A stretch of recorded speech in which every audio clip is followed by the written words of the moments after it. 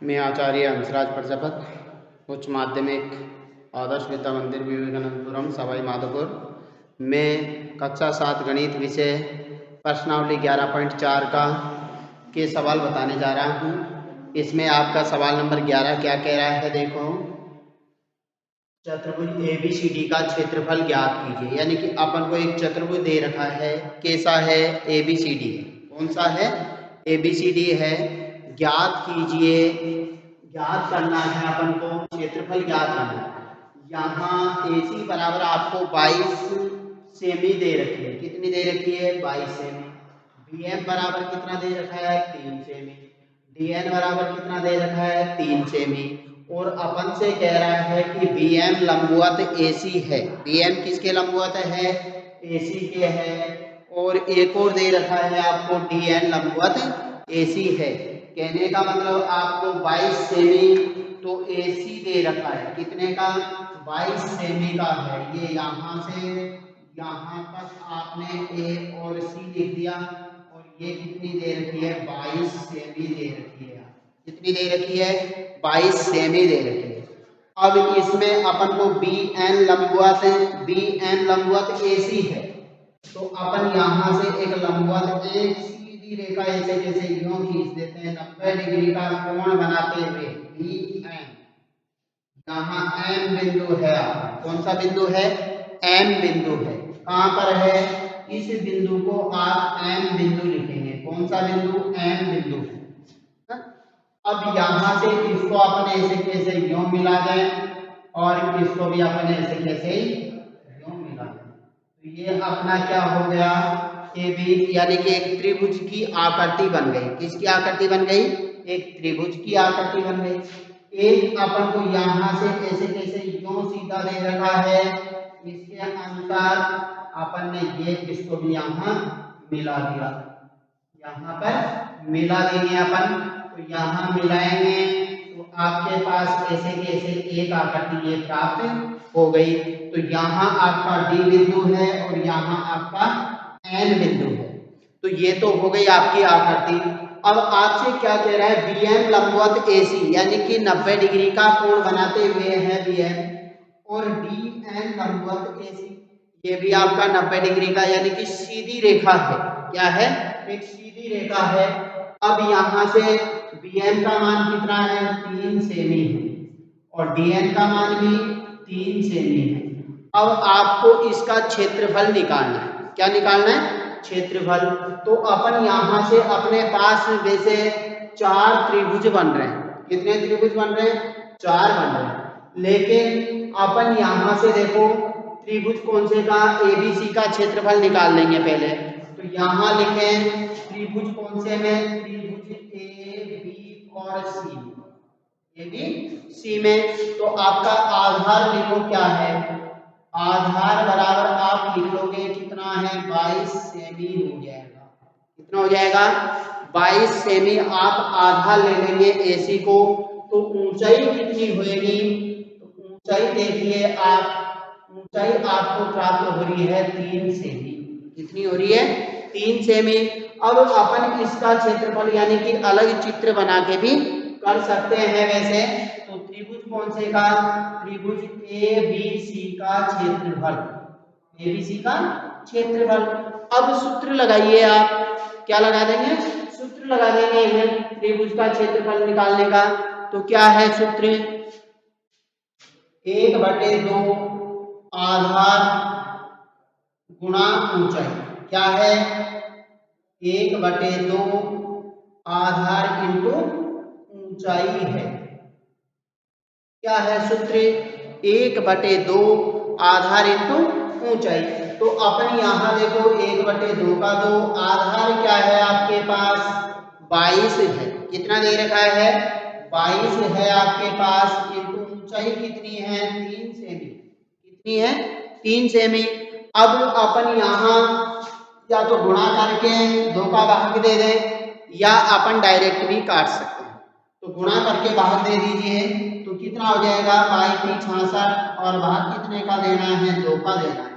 तो आपके पास कितने आ गए? 33 वर्ग सेमी किसका क्षेत्रफल हो जाएगा? त्रिभुज एबीसी का क्षेत्रफल कितना हो जाएगा? 33 वर्ग सेमी हो जाएगा। फिर अपने पास एक त्रिभुज और रह रहा है, कौन सा है? एडीसी का क्षेत्रफल।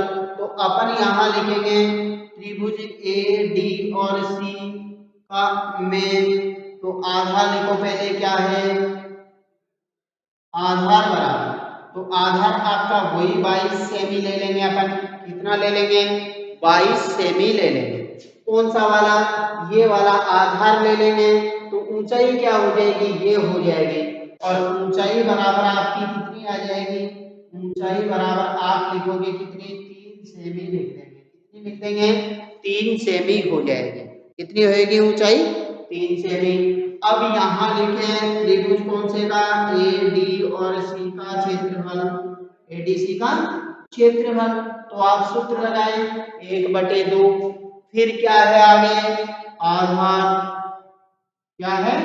आधार। और फिर आगे क्या है? गुणा में ऊंचाई है। क्या है? ऊंचाई है। तो सूत्र क्या हो गया? 1/2 आधार गुणा ऊंचाई। अब इसके अनुसार आप मान रख दीजिए। क्या रखें? मान रखेंगे तो देखो आपके पास 1/2 का 1/2 हो जाएगा। क्या हो जाएगा? 1/2 का 1/2 हो जाएगा। आधार कितना दे रखा है आपको? 22 दे रखा है। कहाँ है? ये रहा, देखो आधार। आधार कितना है? 22 है। फिर ऊंचाई कितनी है आपके पास? ऊंचाई होती है सीधी ऊंचाई। तो आप ऐसे कैसे यूं त्रिभुज बना के भी आप कर सकते हो, ए सी और यहाँ लिख दें अपन डी। तो ये सीधी ऊंचाई आपको 3 दे रखी है, ये आपका 22 सेमी। कितना है? 22 सेमी। तो यहाँ ये सीधी ऊंचाई है। मैंने इस चित्र को यूं कर दिया, ऊपर की ओर घुमा दिया, ऊपर की ओर घुमा दिया, तो आपका चित्र ऐसा बन जाएगा, ऐसा बन जाएगा। और इसी के अनुसार ऊंचाई कितनी है आपके पास? 3 सेमी है। कितनी है? 3 सेमी। तो यहाँ अपन हल करेंगे तो ये कितना हो जाएगा? 66/2 हो जाएगा। और आपके पास 35 वर्ग सेमी क्या आ जाएगा? क्षेत्रफल हो जाएगा। किसका क्षेत्रफल है? त्रिभुज एडीसी का क्षेत्रफल है। किसका क्षेत्रफल है? त्रिभुज एडीसी का क्षेत्रफल है। फिर अपन यहां से देखो पूछ किसका रहा है? त्रिभुज वो चतुर्भुज एबीसीडी का क्षेत्रफल पूछ रहा है आपसे। किसका? चतुर्भुज एबीसीडी का। अब इसको अपन हटा देते हैं। अब यहां लिख दे, देखो चतुर्भुज कौन से का? चतुर्भुज ए बी सी और डी का क्षेत्रफल। चतुर्भुज एबीसीडी का क्षेत्रफल। तो अपन यहां से मान रखे, देखो किस किस का लिख दें। तो इसके लिए अपन ने तोड़ा था इसको 2 भागों में। कितने भागों में? 2 त्रिभुजों में विभाजित किया था। तो यहाँ लिख दें त्रिभुज कौन से का? एबीसी का क्षेत्रफल। एबीसी का क्षेत्रफल प्लस किसका क्षेत्रफल? त्रिभुज कौन सा? एडीसी का क्षेत्रफल। त्रिभुज ए डी और सी का क्षेत्रफल। तो अपन ने ये चीजें लिख ली। किसका? त्रिभुज एबीसी का क्षेत्रफल। और एडीसी को अगर यदि अपन जोड़ते हैं, देखो यहां से ए बी और सी हो गया, तो इसका क्षेत्रफल। और कौन से का? एडीसी का क्षेत्रफल कहाँ है? ए डी और सी का क्षेत्रफल। इसको जोड़ देते हैं तो आपके पास क्या हो गया? एबीसीडी का क्षेत्रफल हो गया। किसका क्षेत्रफल? एबीसीडी का क्षेत्रफल हो गया। अब यहाँ पर अपन दोनों के मानों को लिख दें और जोड़ दें, तो अपने पास 33 वर्ग सेमी तो किसका है? एबीसी का है। कितना है? 33 है। और एडीसी का कितना है? उसका भी आपके पास 33 है। और जोड़ेंगे तो कितना हो जाएगा? 66 वर्ग सेमी हो जाएगा। कितना हो जाएगा? 66 वर्ग सेमी हो जाएगा। तो आपके चतुर्भुज एबीसीडी का क्षेत्रफल कितना हो गया? 66 वर्ग सेमी हो गया। क्या हो गया? 66 वर्ग सेमी। यदि आप इस सवाल को यानी चतुर्भुज के अनुसार भी निकालना चाहते थे तो आप निकाल सकते हैं। एक तरीका और है इसी में, तो वो तरीका भी बता देता हूं मैं। देखो इसको हटा दो यहां से।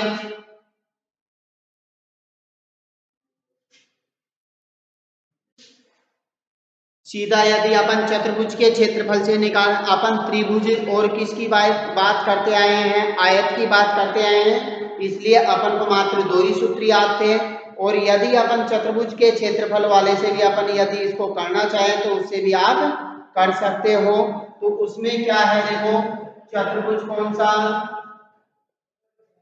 ए बी सी और डी का क्षेत्रफल बराबर, तो यहां से देखो अपन क्या करेंगे, सूत्र लिखे पहले, 1/2 गुणा विकर्ण, क्या हो जाएगा, विकर्ण गुणा विकर्ण पर डाले गए लंबों का योग, विकर्ण पर डाले गए लंबों का योग, लंबों का योग। अब यहां से आपके पास सूत्र क्या हुआ, विकर्ण गुणा विकर्ण पर डाले गए लंबों का योग हो गया।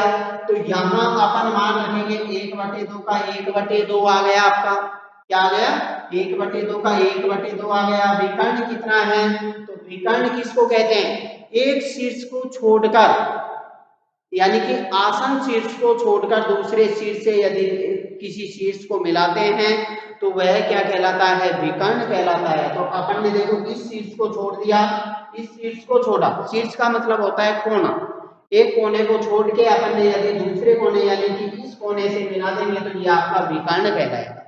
यदि अपन इन दोनों को मिलाते हैं तो वो भी आपका विकर्ण कहलाता। तो यहाँ से विकर्ण क्या है, एसी, क्या है, एसी गुणा विकर्ण पर डाले गए लंबों का योग। तो एक विकर्ण पे लंब कौन सा है, बी एम, दूसरा क्या है, डी एन है। तो अपन ने B M plus D N लिख दिया। तो यहाँ आपके पास 1/2 का 2 और एसी का मान कितना है, 22 है आपके पास, कितना है, 22 दे रखा है आपको, एसी का मान ये दे रखा देखो। अब बी एम और डी एन का मान रख दीजिए, गुणा का चिन्ह, यहाँ लिखेंगे बी एम का मान 3 और डी एन का मान भी 3, दोनों के मान 3 दे रखे हैं। अब यहाँ देखिए आपका 1/2 का 2 और यहाँ 22 के 22 और यहाँ कितने हो जाएंगे, पहले आप जोड़ेंगे, क्या करेंगे, जोड़ेंगे, ब्रैकेट हल करेंगे तो ये जुड़ेगा तो कितना हो जाएगा, 3 और 3 6 हो जाएगा, कितना हो जाएगा, 6 हो जाएगा। अब यहाँ से 2 का भाग इसमें दे दो, डायरेक्ट काट दो, देखो कितनी बार, 11 बार कट जाएगा, कितनी बार, 11 बार। अब यहाँ गुणा कर देंगे तो 66 वर्ग सेमी हो गया, कितना हो गया, 66 वर्ग सेमी। तो अपन ने सीधा भी 66 वर्ग सेमी और वैसे निकाला तब भी आपका 66 वर्ग सेमी आएगा, कितना आएगा, 66 वर्ग सेमी होगा। तो दोनों में आपका यानी कि आंसर एक ही आ रहा है, क्योंकि सवाल चाहे कोई से भी तरीके से करो आंसर तो एक ही आता है और आपके दोनों में ही 66 वर्ग सेमी हो गया। तो आज के लिए इतना ही काफी है और ये प्रश्नावली भी आपकी कंप्लीट होती है यहीं।